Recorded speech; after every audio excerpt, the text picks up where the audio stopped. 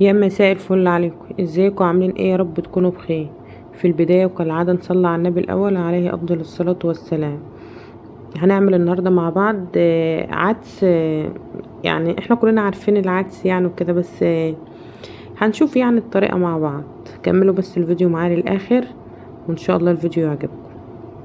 أنا معايا طماطمتين صغيرين، يعني ممكن تقول ايه طماطمية كبيرة، وثلاث جزرات برضو حجمهم يعني مش كبير قوي.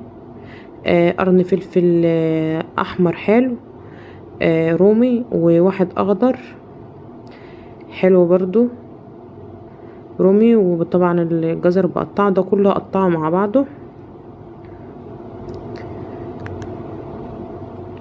وبصلة حلوة كده او بصلتين صغيرين.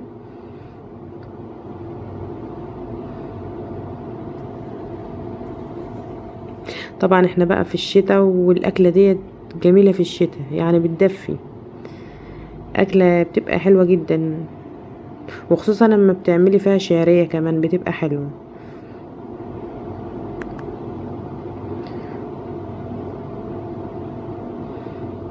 هنقطع ده بقى كله مع بعض كده في حلة كده، ونحط مية، يعني خلي المية تغطي الحاجة كده عشان مع الغليان وكده هتخس، المية تنشف يعني. على البوتاجاز بقى معايا طبعا 5 فصوص توم. حابة تقللي في التوم ماشي براحتك، بس انا بحب التوم في الاكل. ده كله هيغلي مع بعضه. اول ما يبتدي يعني الحاجة تستوي كلها، المكونات اللي هي مع بعض تستوي، هغسل انا طبعا بقى ايه العدس بتاعي وهضيفه عليه على المكونات دي.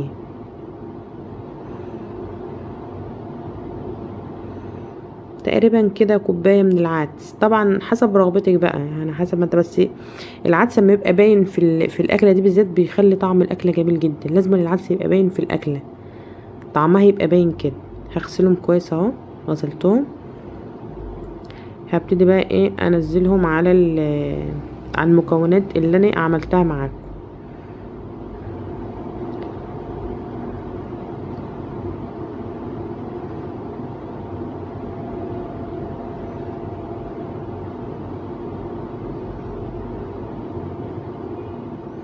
قلبي بقى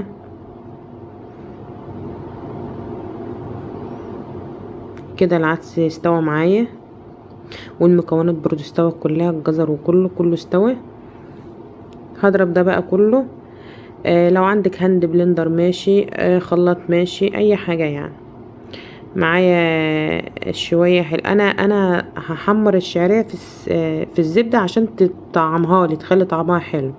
عايزة بقى تحطي زيت ماشي، عايزة تحطي سمنة ماشي، حاجة تبع راحتك انت. بس انا عايزة طعمها يبقى حلو، فعشان كده حمرتها بزبدة. هضرب ده كله بقى في الخلاط.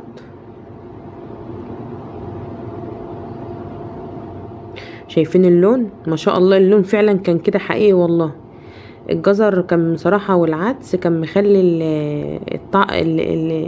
اللون اورنج خالص، يعني كان مخلي طبعا اللون جميل. هزود بس شوية مية، هشطف بس اللي كان في الشفشق وضفتهم عليه. شايفين القوام بتاعه ما شاء الله جميل. هبتدي بقى اتبل بقى التوابل بتاعتي. طبعا في مرق الدجاج بقى والتوابل اللي انت حباه، بس اساسي مرق الدجاج عشان تخليلك الطعم حلو، تظبط لك الدنيا يعني اكتر كمان. مكعبين من مرقة الدجاج كده.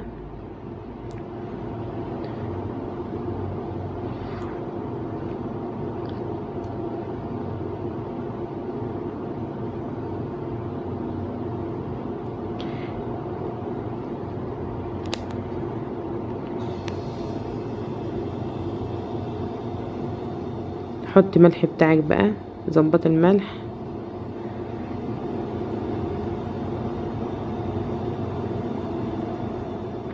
انا بحط بالنظر كده، يعني انا ببقى عارفه انا بحط قد ايه. فانت حابه تحطي بالمعلقه مثلا عشان يعني ما تبقاش حادقه معاكي الاكله جامد ماشي. يعني انا بحط بالنظر كده يعني. معلقة من التوم، التوم البودر،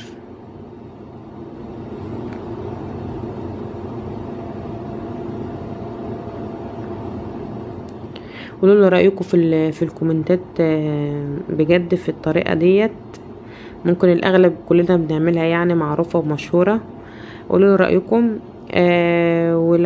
ولو انتي اول مره تتفرجي عليا ومش مشتركه في القناه، اشتركي في القناه وفعلي زر الجرس عشان يوصلوا كل جديد. في افكار كتير جميله وحلوه وهنعملها مع بعض، وكلها اكلات جديده هنعملها مع بعض ان شاء الله وهتعجبكم.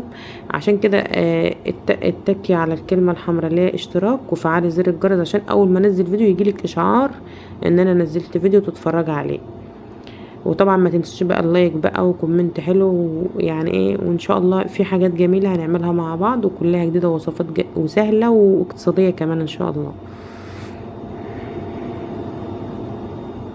انا حمرت الشعرية اهوت، عملت جزء بشعرية وجزء كده عايزاه ايه يعني شوربة بس كده، شوربة عدس. حمرت الشعرية ونزلت عليها. هسيب الشعرية تستوي بقى في الشوربة. ازود برضو شوية مية لانها تقلت معايا.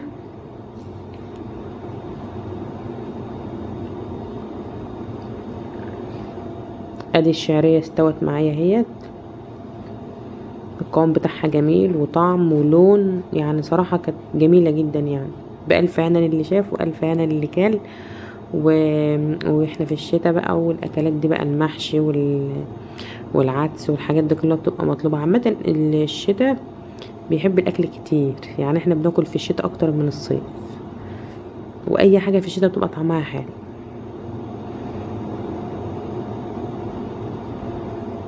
هستنى رأيكم بقى في الكومنتات زي ما قلت لكم. وما تنسوش اللايك، يعني اللايك بيرفع الفيديو، يعني بيخلي الفيديو ينشاف اكتر.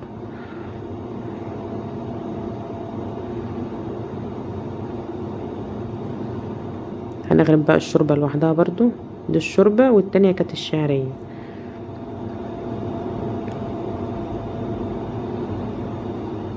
اتفضلوا معانا بقى. ربنا يحسن ما بين ايديكم، وربنا يصلح احوالنا جميعا يا رب، اللهم امين. شايفين المنظر، الشكل جميل جدا، واللون والريحة والطعم ما شاء الله. وسهلة، مش ما بتاخدش وقت ولا مكلفة.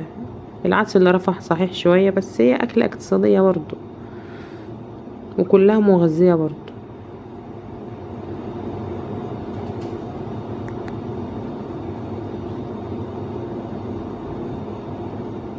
يلا هستنى بقى رأيكم واللايك، حطوا اللايك.